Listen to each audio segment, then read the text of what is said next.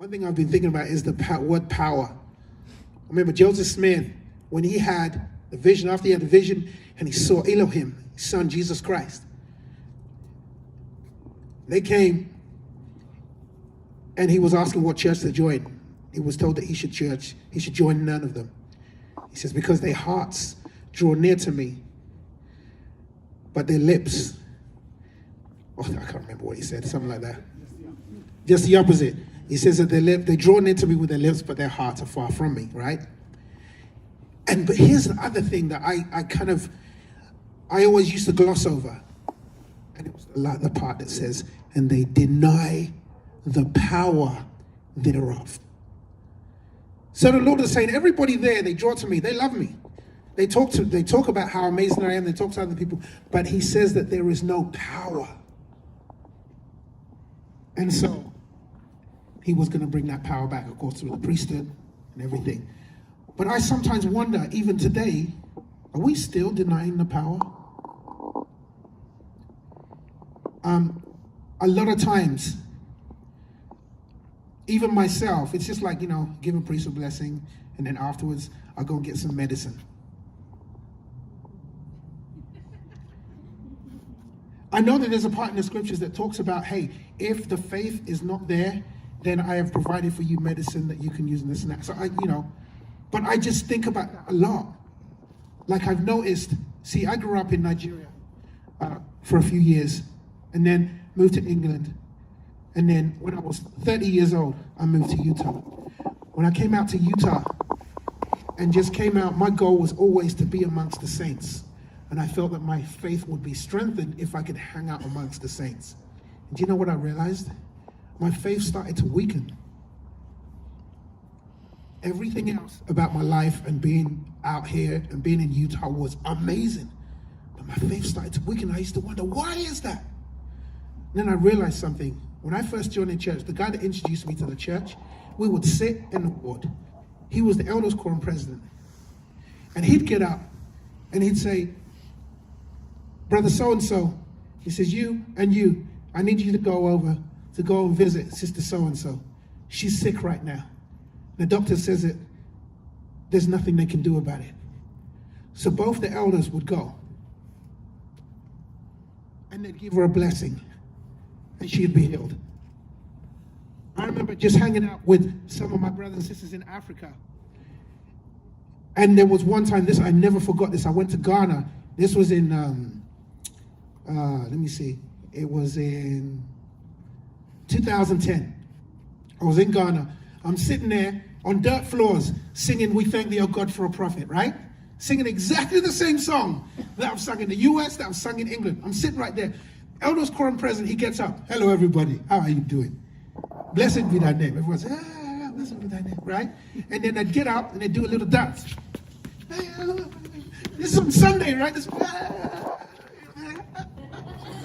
Right? I'm like, dang, Gina, what is going on here? I don't know what's going on in this church, but it's awesome, right? And then after that, Elders Quorum President would get up and speak in Yoruba.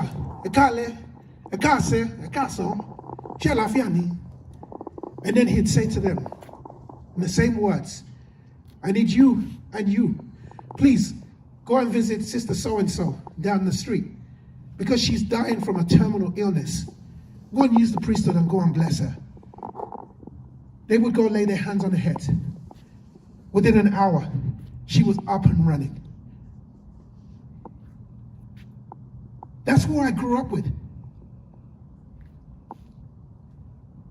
And then when I came out to Utah, listen, I'm not saying anything, bad about anyone. Please don't say that. But I'm just saying is that I know what I saw, right? And then there are other places that I just didn't see that as much. And I go back again to that thing, what Joseph was told. It says they deny the power thereof. And I would just remember just thinking, do you know what we have? This is not just saying to the men about the priesthood. Do you know what I'm talking about? Do you know what we have access to? And then I remember just coming here again and just like, seeing someone give a prayer, a blessing, a priesthood blessing. Then they went straight to the medicine cabinet and started again. And I'm like, what? right? This is just my own little personal thing. But I just can't help lately when I'm reading just in the scriptures and I hear, has miracles ceased? Has miracles ceased? Thank you. She's saying no. Listen, there are times, honestly, when we know that when we are doing something, we're praying for something, and it's not God's will. There are times we know that. And we're like, we call upon the powers of heaven, and we ask them in heaven, and it's not God's will. We know that. But sometimes I wonder if sometimes we might use it as a scapegoat because of maybe our lack of faith. And we say, oh, it's not God's will. Whereas the Lord's just simply saying to us, like he said to Peter when he was walking the water and he was feeling good, and then he started moonwalking. Oh, this is awesome. And then all of a sudden he looked down and he saw the torrents, he saw the waves started to down. And then he started to sink. Lord, help me. Lord walked out, took him out. And Peter said, how's it done? And the Lord said something that I think many of us would be offended of today, including me. O ye of little faith. That's what I've been thinking about more in this church that we have. The power that we have access to is real. The miracles have not ceased. That's been something I've been praying for more than ever. Especially during this COVID season. Everything that's happening. We have access to power. Are we accessing it? It's just something that I've been thinking about lately, more than I ever have before. But I want to switch, if we come back to that, but right when I was 16 and I joined the church, and there was a missionary that I got to meet. And this missionary asked me to go on a splits with them, right? Go to splits, right? One missionary goes with somebody else. I went with this one missionary. We're knocking on this door, 2 streets down from my house, okay? This missionary says, hi, remember the Church of Jesus Christ of Latter-day Saints? We'd love to come in and share you a wonderful message. Do you believe in God? Yes, I do believe in God. Well, we want to share you something about the power of God and how that power can manifest and change your whole household. Can you give us permission to do that? And she looked at me, she looked at him, he said, no thanks, not interested. She's about to slam the door. And then he said, oh, can I ask you one more question? I said, yeah. And he noticed her arm, right along here. She had all these bruises, all the way up. It was like black and blue. And there was lacerations, and literally her skin looked like it was peeling off. And he said, can you tell me about your arm? She was like taken by surprise. Yeah, I have this, and I can't remember what it's called. It was like 3 syllables long. What the condition was. She said, doctors don't know what the problem is. She said, so how many doctors have you seen? I said, I've seen so many. And what's the diagnosis? He said, nobody can tell me what it is. This is what he said. He said, can I ask your name? I said the name. He mentioned the name. And he says, I believe that we have the priesthood. And with the priesthood, if it's God's will, he uses it to heal people. And I believe that we have access to that, and we can use that for you right now. He says, will you let us come in and teach you the gospel? He said, no. He says, but if we heal you, will you let us in? Teach you the gospel. Can you? I'm looking at this dude, I'm like, X-nay on the healing. What's wrong with you? What if it doesn't work? He's like, I believe me and my friend, my brother, we have access to the priesthood of God, and we want to come in and heal you right now. Right? Like 18 years old.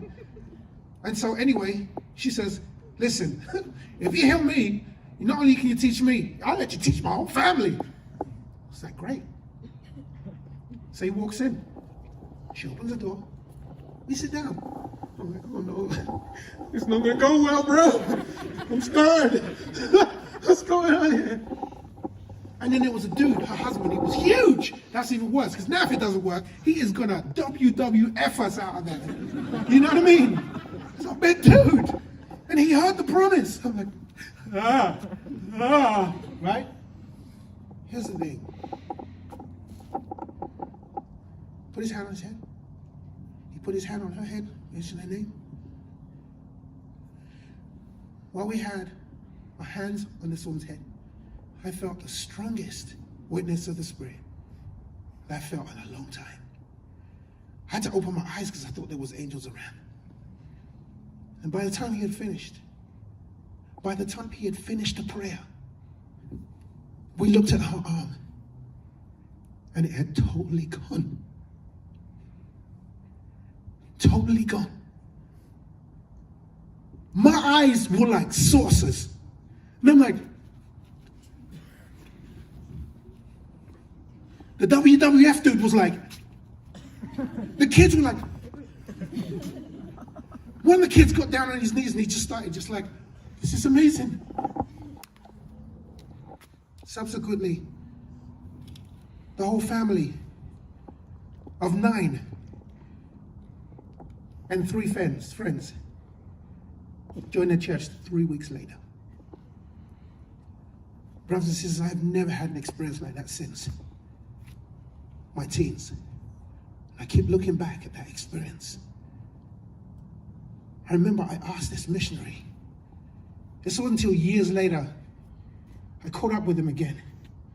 I said, do you remember that experience that he said, I've never forgotten it. He just interrupted me. He said, I have never forgotten it. I said, can I ask you a question? How did you do that? He said to me, Alex, all I know is that I had absolutely no doubt. There was not a doubt in my mind that this was going to happen. And that's why I told them that. He said, this wasn't just a normal thing. The Lord told me to tell them that. So I'm like, oh, wait, so you're saying that if you wouldn't have had that experience, you wouldn't have asked? No way. I said, but how do you get into that situation? He said, I had to live in a way that I'd never have lived before. Like, what are you talking about? He says, well, you know when they talk about how you read the Book of Mormon every day and that power comes to you to be able to resist temptation? Power comes to you. These are words of Russell M. Nelson. Power comes to you to be able to resist temptation. Power comes to you to be able to receive more revelation. He said, that's all I did. I remember you know who Al Caraway is? Right? Love her. I did some firesides with her before and everything. And I remember she said something I'd never forget. She says, why is it that when we're told to read the Book of Mormon, who is it that says that we can't read it twice a day? Who says that we can't read it 5 times a day? I've never heard anyone say that before. Because he said to me, I would read the Book of Mormon, not just once a day. I would do it 3, 4, 5, 6, sometimes 10 times a day. Not for hours, maybe for minutes. And he would do it every single day, over and over and over and over again. He was the highest baptizer missionary. And now I know why. Because he called upon it, but he had to work.